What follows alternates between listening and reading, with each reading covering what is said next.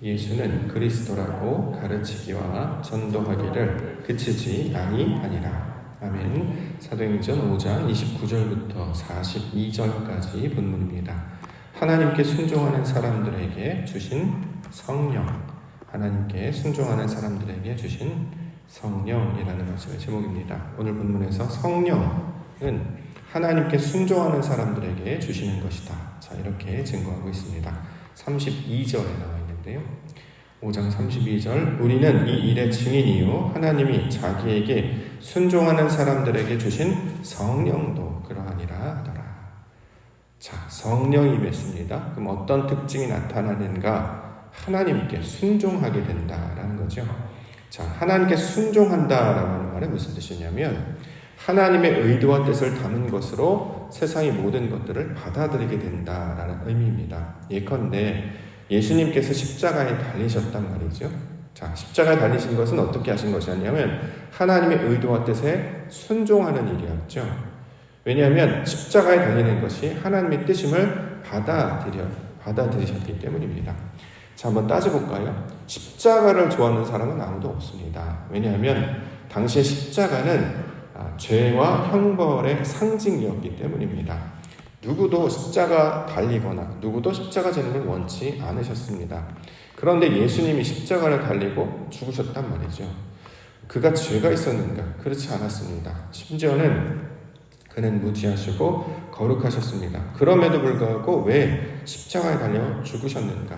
자기의 억울함, 자기의 무지함도 말씀하지 않으셨습니다. 십자가를 지고 달리는 것이 하나님의 뜻이다. 그래서 십자가에 달리는 것을 하나님께 순종하는 것으로 받아들이셨습니다. 왜냐하면 내가 생명을 유지하고 내가 옳음을 주장하고 내가 무죄함을 증거하는 것보다 더 큰 하나님의 의도가 있음을 아셨기 때문입니다. 그래서 십자가에 달리신 그를 다시 살리시는 것, 이걸 이제 부활의 영광으로 보여주셨는데 하나님께서는 그 부활의 영광을 우리 가운데 나타나 보이게 하시기 위하여 십자가를 드시게 하시고 죽게 하셨단 말이죠. 우리는 십자가를 지는 데까지는 우리의 눈과 감각으로는 볼 수 있습니다. 근데 그 다음에 어떤 일이 일어나는지는 알지 못하는 것이죠.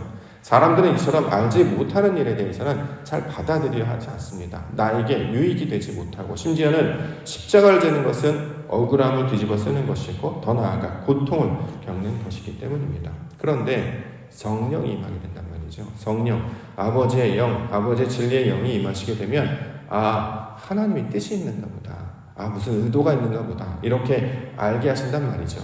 내가 걷는 걸음이 어디로 나아갈지 모르지만 주님께서 부르신 걸음을 믿음으로 순종을 받아들이고 나아가면 내가 알지 못하는 새로운 길이 펼쳐지겠구나.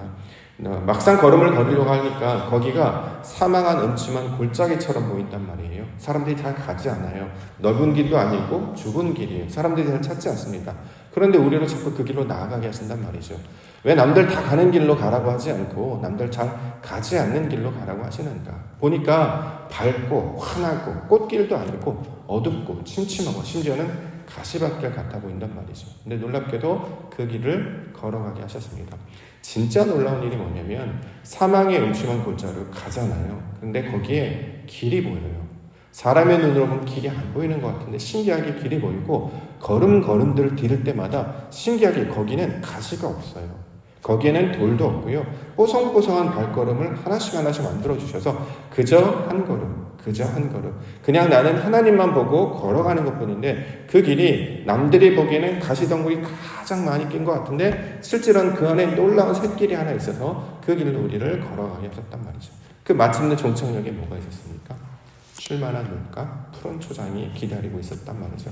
이처럼 신앙이라고 하는 것은 내가 원래 가지고 있던 것들을 내려놓고 하나님이 뜻하신 그 모양으로 덧입혀지는 거란 말이죠.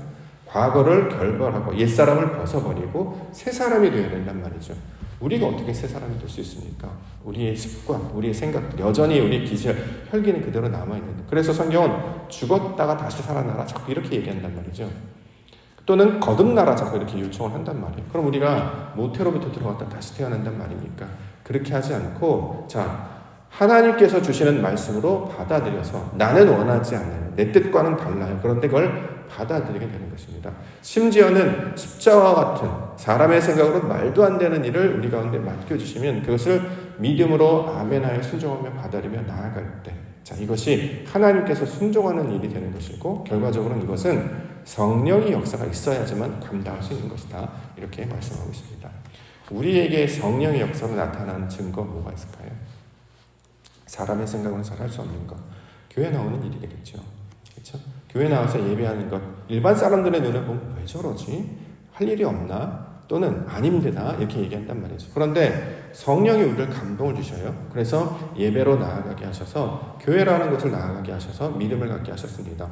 근데 그것으로도 우리의 그 채워지는 마음이 다 감당하지 못하니까 하나님의 말씀을 듣는 우리 새벽 예배, 우리 대한민국은 독특한 문화가 있어서 새벽 예배를 하잖아요. 새벽에 말씀 듣는 것을 사모해서 나아가게 한단 말이죠. 근데 놀랍게도 마음을 먹으면 하나님께서 은혜를 주십니다. 은혜를 주셔서 마음을 먹었는데, 마음을 먹으면 또 힘도 주신단 말이죠. 그렇게 말씀에 반응하는 자가 되어서 비가 오는데, 거리가 먼데, 날이 어두운데 그런 걸 따지지 아니하고 하나님이 주실 그 기쁨, 하나님이 주신 감동을 향해서 한 걸음 한 걸음 믿음으로 나아가게 된다라는 것이죠.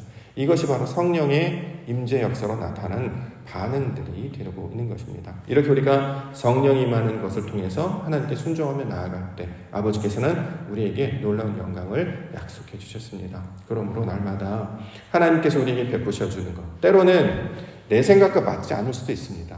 당시의 유대인들은 예수님을 받아들이지 않았어요. 왜 그러냐면 자기네들이 기대했던 메시아의 모습과 달랐기 때문이죠.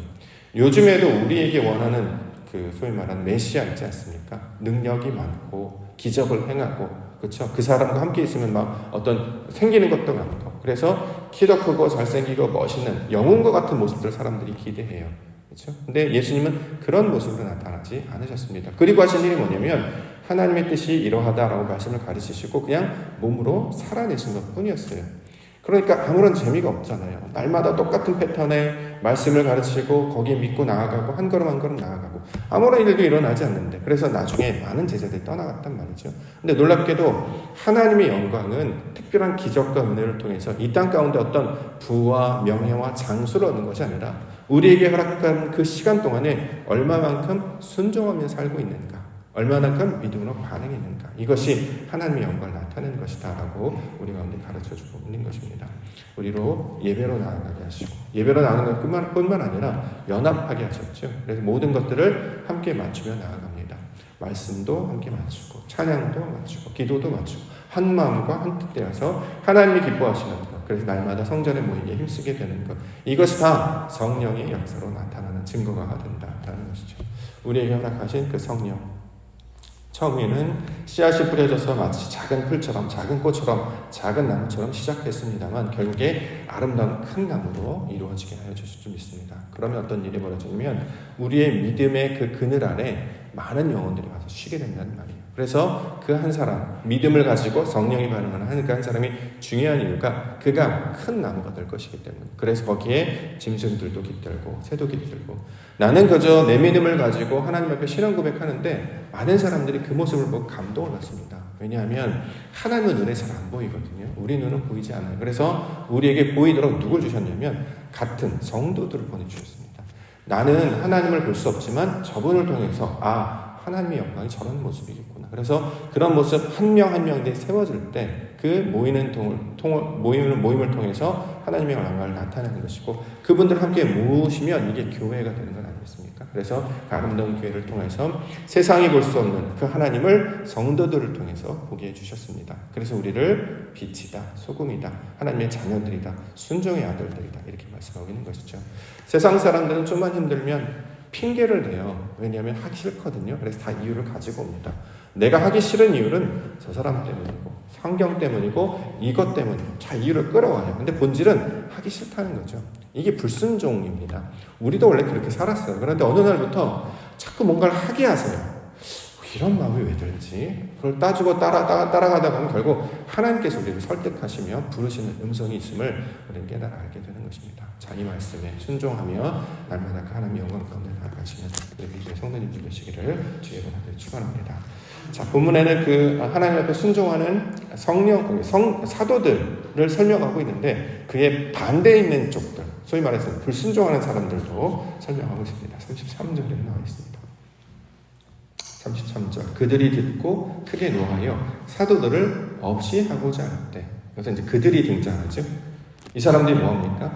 말씀을 듣고 아멘 순종하는 게 아니라 듣고 화를 내요. 그래서 사도들을 없이 한다는 거죠. 해코지 한다는 거죠. 여기서 말하는 그들이 누구냐? 17절에 나와 있습니다. 17절 대제사장과 그와 함께 있는 사람, 즉 사기대인의 당파가 다 마음의 시기가 가득하여 일어나서 사도들을 잡아다가 옥에 가두었다. 자, 대제사장 또 사두개인들, 당파, 더 나아가 이제 교회 장로들 이렇게까지도 설명합니다. 하나님께서 전하여 준 말씀에 반응하여서 아멘하는 사람들이 아니라 그건 아니야라고 하는 사람들입니다. 대적자라고 하는 것이죠. 말씀을 받아들이기보다는 그것을 비판하고 판단하여서 정죄하여 더 나아가 사도들한테 도전하여 없이 하고자 하는 사람들. 대제사장들과 사두개인들 또는 장로들은 왜 대적했을까요? 자기들의 자리를 위협한다라고 생각했기 때문입니다. 대제사장, 거룩한 자 아닙니까? 하나님께서 구별한 자 아닙니까? 사두개인들, 귀족들이죠. 자신들이 신앙의 무리를 이뤄놓은 귀족들이고 더 나아가 바리새인들도 있었고 교회의 원로들도 있었습니다. 자기들의 신앙이 좋은 스스로 구별되어서 하나님 앞에 선택받은 사람들인 줄 알았어요. 그런데 예수님이 등장하여서 사도들이 등장해서 하나님께 말씀에 순종하는 것이다 이렇게 이야기를 하니까 자신들의 근거는 자신들이 그동안 쌓아왔던 연륜, 신앙 또는 자신들이 만들어오는 당파라고 하는 사람들, 자신을 지지하는 모임들. 교회 안에서 이런 모습이 여전히 남아있죠. 그러니까 순종하는 것이 미덕이 아니라 오래 다니는 것이 미덕. 물론 교회를 오래 섬기는 것도 굉장히 중요한 표지가 될 수 있습니다. 그런데 연수가 길어지면 길어질수록 순종의 깊이도 넓어져야 되죠. 그래서 뭘 하든지 잘 연합하고 잘 따르고 그래서 모든 것들 너그럽게 받아주는 자들. 실제로 그런 분들을 교회 어른들로 이제 섬기게 되죠. 그래서 어른들한테 나아가면 사실은 안대가 별로 없습니다. 장로님, 권사님 이거 어떻게 해요? 괜찮아. 걱정하지 마. 저 이렇게 됐어요. 넘어져서 괜찮아. 하나님께서 해주실 거야. 보통 이렇게 가죠. 그러면 이제 분위기가 좋아지고 이제 너그러운 교회, 폭이 넓은 교회 하는데 어떤 교회 옛날에 그랬죠. 드럼 치면 어떻게 돼요? 안 돼. 노래 부르면 세상 노래 부르면 안 돼. 이렇게 되고 그렇게 하니까 이제 경직되어 가지고 신앙할 때 예배할 때 자유하지 못하고 그거를 율법으로 가르치기 때문에 어려웠던 시절들이 있었습니다. 자, 이렇게 된 문제가 뭐냐면 하나님께서 주시는 것에 그 감동에 반응하는 연습을 하기보다 내가 뭘 하면 어떡하지? 뭘 하지 않으면 어떡하지? 스스로 자기를 검열하여서 자꾸 자기를 죄인으로 여기게 하는 걸 남아있어요. 자, 잘못된 가르침 중에 하나가 뭐냐면 하나님은 우리를 죄인으로 만드시지 않으셨습니다. 우리를 하나님의 아들들이다. 나의 거룩한 자녀다. 너희는 자유의 백성이다. 안식의 백성이다. 위로의 백성이다. 이렇게 해서 자꾸 풀어지도록, 안식하도록, 자유하도록 만드셨지 갇혀지도록 하지 않았다는 거죠. 오늘 본문에서도 보면 대제사장들과 사두개인들이 하는 일이 뭐냐면 없이 하고자 하고 옥에 가두는 것입니다. 자꾸 옥에 가둬요. 뭘 못하게 한단 말이죠. 하지 않도록. 왜 하지 못하게 하냐면 그 사람들이 더 믿음이 있다는 것이 드러날까 봐 라는 것이죠. 내가 하지 못하니 너도 하지 말라. 그래서 새로운 일들을 시도하는 자들을 교회에서는 많이 대적하고 있었습니다. 자, 이것이 신앙이 있기 전에 하나님의 뜻을 알기 전에 우리의 모습과도 닮아져 있다는 말이죠. 자, 이렇게 대적하는 자들, 불순종하는 자들의 모습으로 있었는데 어느 날부터 하나님께서 우리를 설득하셔서 우리의 마음을 바꿔주셨습니다. 자, 그때로부터 하나님의 마음을 품고 나아가는 자들. 그래서 우리가 순종하지 못했던 자리에서 순종하는 자들을 바꿔주는 일. 이것이 하나님께서 성령을 부어주시는 내용이 되고 있습니다. 그래서 마지막에 42절로 결론을 보겠습니다. 그들이 날마다 성전에 있든지 집에 있든지 예수는 그리스도라고 가르치기와 전도하기를 그치지 아니하니라. 요거 이제 모양으로 보면 세상에 나가서 예수 믿으세요 라는 것도 이제 전도가 되겠고 가르치는 것이 될 것입니다. 근데 우리가 원래 해야 되는 그 가르치기와 전도는 뭐냐면 예수님이 하셨던 방식으로 동일하게 살아내는 것입니다. 말만 하는 게 아니라 커피만 주고 빵만 주고 이게 아니라 우리가 그 모양으로 살아낼 수 있어야 된단 말이죠. 그래서 어떻게 하느냐? 내 생각과 달라요. 그런데 순종합니다. 왜요? 하나님이 하실 걸 기대하기 때문이죠. 이 세상에서 자꾸 이 사람이 뭘 해야 된다. 저 사람이 뭘 해야 된다. 오른쪽에 있는 사람, 왼쪽에 있는 사람 또는 먼저 된 사람, 나중에 뭘 자꾸 사람이 뭘 해야 하나님의 일이 일어날 것이다. 자꾸 가르친단 말이죠. 그렇지 않습니다. 사람은 그냥 애쓰는 거에 불과하고 실제로 누가 행합니까? 하나님이 임하신단 말이죠. 그래서 그 안에서 하나님이 행하실 수 있도록 바라보면 오른쪽도 괜찮고 왼쪽도 괜찮아요. 먼저 된 자도 나중 된 자도 괜찮아요. 결국 하나님이 하실 것입니다. 근데 중요한 것은 무엇이냐? 그 영광의 일에 참여하느냐 참여하지 못하느냐지, 이게 맞고 저게 맞고는 우리로는 판단할 수 없다라는 것이죠.